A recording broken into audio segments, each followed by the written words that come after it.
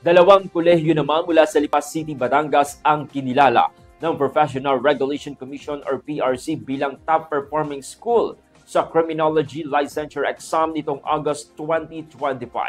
Pasok sa kategoryang may 51 hanggang 100 examinees at may hindi bababa sa 80% passing rate.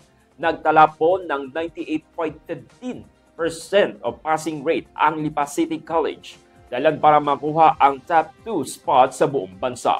Samantala, nasa ika-6 na pwesto naman ang kolehiyo ng lungsod ng Lipa matapos makapagtala naman ng 86.79% passing rate. Sa kabuuan, 13,074 sa 25,410 examinees ang pumasa sa buong bansa. Ianunsyo pa ng PRC ang petsa at lugar ng panunumpa ng mga bagong criminologists. Good morning, Batangas.